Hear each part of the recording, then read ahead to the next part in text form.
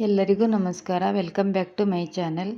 ಇವತ್ತು tomato rice bath ಮಾಡ್ತಾ ಇದ್ದೇವೆ. ಅದಕ್ಕೂ ಮೊದಲು ನಮ್ಮ ಚಾನಲ್ಗೆ ಸಬ್ಸ್ಕ್ರೈಬ್ ಮಾಡಲಿಲ್ಲ ಅಂದರೆ ಸಬ್ಸ್ಕ್ರೈಬ್ ಮಾಡಿ, ಆಲ್ ಅನ್ನೋ ಬಟನ್ನ ಸೆಲೆಕ್ಟ್ ಮಾಡಿ. ನಾವು ಯಾವುದೇ ವಿಡಿಯೋ ಹಾಕಿದರೂ ಕೂಡ ನಿಮಗೆ ಮೊದಲೇ ನೋಟಿಫಿಕೇಷನ್ ಬರುತ್ತೆ. ಇದು ಸಿಂಪಲ್ಲಾಗಿ ಮತ್ತು ತುಂಬ ಟೇಸ್ಟಾಗಿ ಮಾಡ್ಕೋಬೋದು. ಇದಕ್ಕೆ ಒಂದು ಕುಕ್ಕರು ಬಿಸಿ ಮಾಡೋದಕ್ಕೆ ಇಟ್ಕೊಂಡು ಅದಕ್ಕೆ ಒಂದು 4 ಸೌಟಷ್ಟು ಎಣ್ಣೆ ಹಾಕಿ, 1 ಚಮಚ ತುಪ್ಪ ಹಾಕಿ, ಅದು ಕಾದಾದ ನಂತರ ಅರ್ಧ ಚಮಚ ಸಾಸಿವೆ, ಅರ್ಧ ಚಮಚ ಜೀರಿಗೆ ಮತ್ತು 1 ಚಮಚ ಕಡಲೆಬೇಳೆ ಮತ್ತು 1 ಚಮಚ ಉದ್ದಿನಬೇಳೆ ಹಾಕಿ ಫ್ರೈ ಮಾಡ್ಕೋಬೇಕು. ಅದು ಈಗ ಫ್ರೈ ಮಾಡ್ಕೊಂಡಾದ ನಂತರ ಒಂದು ಪಲಾವ್ ಎಲೆ, 1-2 ಒಣಮೆಣಸಿನಕಾಯಿ ಮತ್ತು 1 ಇಂಚ್ ಚಕ್ಕೆ ಮತ್ತು 2 ಏಲಕ್ಕಿ ಮತ್ತು ಕಾಳು ಮೆಣಸು ಮತ್ತು ಲವಂಗ ಕೂಡ ಹಾಕಿ ಫ್ರೈ ಮಾಡ್ಕೋಬೇಕು. ನಂತರ ಉದ್ದಕ್ಕೆ ಹೆಚ್ಚಿರೋ ಅಂಥ 6 ಈರುಳ್ಳಿ,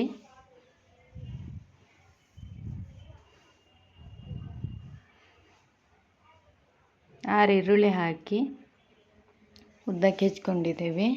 ಅದು ಹಾಕಿ ನಂತರ 1 ಚಮಚದಷ್ಟು ಶುಂಠಿ ಬೆಳ್ಳುಳ್ಳಿ ಪೇಸ್ಟ್ ಹಾಕಿ ಫ್ರೈ ಮಾಡ್ಕೋಬೇಕು. ಇದು ಹಸಿ ವಾಸನೆ ಹೋಗೋವರೆಗೂ.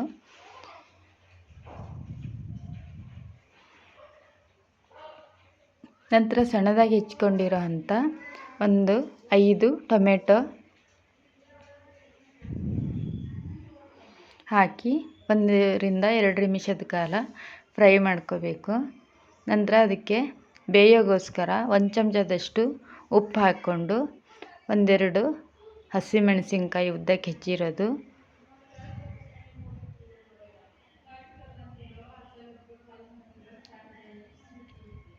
ನಂತರ 1/4 ಚಮಚದಷ್ಟು ಅರಿಶಿಣದ ಪುಡಿ,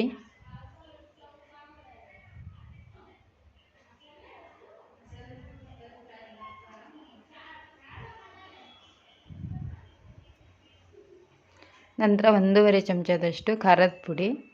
ಇದು ಮೀಡಿಯಮ್ ಖಾರ ಇದೆ, ಅದಕ್ಕೋಸ್ಕರ 1.5 ಚಮಚದಷ್ಟು ಖಾರದ ಪುಡಿ ಹಾಕ್ಕೊತಾ ಇದ್ದೀನಿ. ನಿಮಗೆ ಖಾರ ನೋಡಿ ತುಂಬ ಖಾರ ಇದ್ದರೆ 1 ಚಮಚ ಅಷ್ಟು ಹಾಕಿದರೂ ಕೂಡ ಸಾಕು. ಇದು ತುಂಬ ಬೇಗ ಕೂಡ ಆಗುತ್ತೆ ಮತ್ತು ತುಂಬ ರುಚಿಕರವಾಗಿಯೂ ಇರುತ್ತೆ.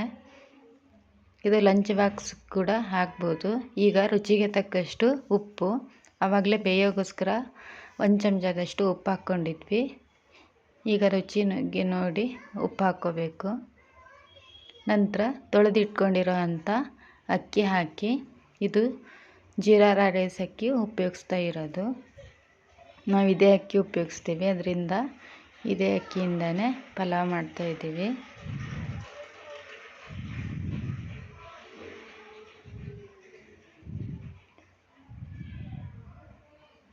ನಂತರ 1 ಚಮಚದಷ್ಟು ತುಪ್ಪ ಹಾಕಿ ಮಿಕ್ಸ್ ಮಾಡ್ಕೋಬೇಕು. ಈಗ ಮಿಕ್ಸ್ ಮಾಡ್ಕೊಂಡಾಗಿದೆ. ನಂತರ ಸಣ್ಣದಾಗಿ ಹೆಚ್ಚಿರೋ ಅಂಥ ಕೊತ್ತಂಬರಿ ಸೊಪ್ಪು ಮತ್ತು ಸಣ್ಣದಾಗಿ ಹೆಚ್ಚಿರೋ ಅಂಥ ಪುದೀನ ಕೂಡ ಹಾಕಿ, ನಂತರ 1.5 ಚಮಚದಷ್ಟು ಗರಂ ಮಸಾಲ ಪುಡಿ,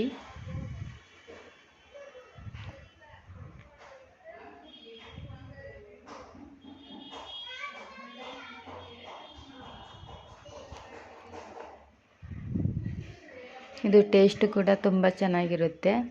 ಈ ರೆಸಿಪಿ ನೀವು ಕೂಡ ಮಾಡಿ ನೋಡಿ, ನಿಮಗೂ ತುಂಬ ಇಷ್ಟ ಆಗುತ್ತೆ. ಹಾಕಿ ಮಿಕ್ಸ್ ಮಾಡ್ಕೋಬೇಕು. ಇದು 8 ಜನರಿಗೆ ಆಗೋ ರೀತಿ ಇದು ಟೊಮೆಟೊ ರೈಸ್ ಬಾತ್ ಮಾಡ್ತಾ ಇರೋದು. ಈಗ ಅದಕ್ಕೆ 4 ಲೋಟದಷ್ಟು ಅಕ್ಕಿ ತಗೊಂಡಿದ್ವಿ. 1 ಕಪ್ಪಿಗೆ 2 ಕಪ್ಪಿನಂತೆ ನೀರು ಹಾಕಿ 8 ಲೋಟ ನೀರು ಹಾಕ್ಕೊಂಡಾಗಿದೆ.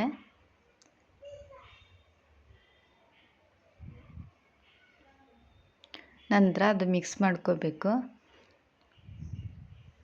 ಈಗ ಅದು ಕುದಿ ಕೂಡ ಬರ್ತಾ ಇದೆ. ಸ್ವಲ್ಪ ಬೇಕಾದರೆ ನಾನು ಸಕ್ಕರೆ ಹಾಕ್ತಾಯಿದ್ದೀನಿ, 1/2 ಚಮಚದಷ್ಟು. ಈಗ ಕುಕ್ಕರ್ ಮುಚ್ಚಳ ಮುಚ್ಚಿ ಮಿಕ್ಸ್ ಮಾಡ್ಕೊಂಡ ನಂತರ ಕುಕ್ಕರ್ ಮುಚ್ಚಳ ಮುಚ್ಚಿ 1 ವಿಸಲ್ ಕೂಗಿದ್ರೆ ಸಾಕು. ಈಗ 1 ವಿಜಿಲ್ ಕೂಡ ಬಂದಾಗಿದೆ. ಈಗ ತುಂಬಾ ಪರಿಮಳ ಬರ್ತಾ ಇದೆ. ತುಂಬಾ ಟೇಸ್ಟಾಗಿ ಕೂಡ ಇರುತ್ತೆ ಇದು. ಈಗ ಸರ್ವಿಂಗ್ ಪ್ಲೇಟ್ಗೆ ಸರ್ವ್ ಕೂಡ ಮಾಡ್ತಾಯಿದ್ದೀನಿ. ಇದು ಟೇಸ್ಟಲ್ಲಂತೂ ತುಂಬಾ ಚೆನ್ನಾಗಿರುತ್ತೆ. ಇದೇ ರೀತಿ ನೀವು ಕೂಡ ಮಾಡಿ ನೋಡಿ, ಹೇಗಿತ್ತು ಅಂತ ಕಮೆಂಟ್ ಮಾಡಿ ಮತ್ತು ಲೈಕ್ ಮಾಡಿ ಮತ್ತು ಫ್ರೆಂಡ್ಸ್ ಆ್ಯಂಡ್ ಫ್ಯಾಮಿಲಿಗೆ ಶೇರ್ ಮಾಡಿ.